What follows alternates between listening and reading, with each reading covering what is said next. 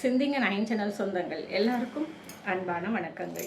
இன்றைக்கி நம்ம சேனல் ஆன்மீக தகவல் பகுதியில் நம்முடைய பெரியவங்க இந்த அரிசி பானைலாம் வச்சுருந்தாங்க இல்லையா. இப்போவும் நம்ம அரிசிலாம் ஒரு பானையிலையோ இல்லை ஒரு பக்கெட்லேயோ ஒரு ட்ரம்முலையோ ஒரு எதுலையோ நம்ம போட்டு வைக்கணும் இல்லையா. அந்த அரிசிக்குள்ளே தங்க நகைகள், வெள்ளி நகைகள், நம்ம பெரியவங்க இறந்துட்டாங்கன்னா அவங்களுடைய நகைகள், இதையெல்லாம் நாம் அரிசி ட்ரம்முக்குள்ளே நம்ம பெரியவங்க வச்சு நம்ம பார்த்துருப்போம். இது எதற்காக அப்படின்னு சொன்னால், பாதுகாப்பு அம்சத்துக்காக நம்ம பெரியவங்க பண்ணாங்க. என்னென்னா, அந்த காலத்தில் இந்த திருடர்கள்லாம் இருக்காங்க இல்லையா, அவங்கெல்லாம் வீட்டுக்குள்ளே திருடுறதுக்கு வந்துட்டாங்க அப்படின்னு சொன்னால் அவங்களுக்கு கண்ணில் பட்ட நகை, பணம் இதையெல்லாம் எடுத்துருவாங்க.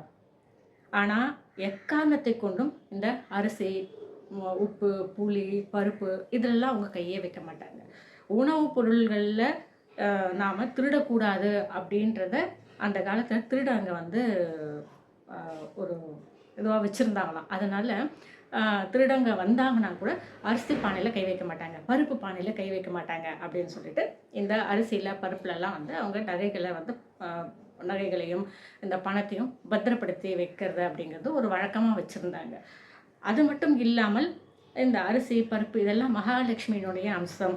நம்முடைய தங்கம், வெள்ளி, பணம் இதுவும் மகாலட்சுமியினுடைய அம்சம் அப்படின்றதுனால அதில் வைக்கும்பொழுது ஒரு விதமான நல்ல அதிர்வலை அப்படின்றது கிடைக்கும்.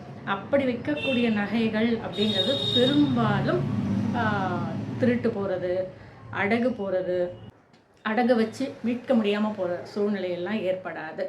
அந்த நகையோ அந்த பணமோ எப்படியோ ஒரு நல்ல ஒரு உபயோகமாக தான் நமக்கு பயன்படும் அப்படின்னு பெரியவங்க சொன்னாங்க. அதனால் உங்களுக்கு கூட நகை, பணம் சேரலை, நகை பணம் வீணாக காணாமல் போகுது, நகை பணம் ஏதாவது ஒரு வீண் செலவாகுது, நகை பணம் காணாமல் போயிடுது, கடன் கொடுத்தா திரும்ப வர மாட்டேங்குது, இப்படியெல்லாம் இருக்குது அப்படின்னு சொன்னால், இந்த மாதிரி அரிசியில் நீங்கள் இந்த நகை, பணம் இதெல்லாம் வச்சு அதை வந்து பயன்படுத்தும் போது உங்களுக்கு நல்ல அதிர்வலை அப்படின்றது கிடைக்கும். நிறைய டிப்ஸ் இருக்குது, அதில் இதுவும் ஒரு உபயோகமான ஒரு குறிப்பாக இருக்குமே அப்படின்றதுக்காக தான் இந்த ஒரு பதிவு.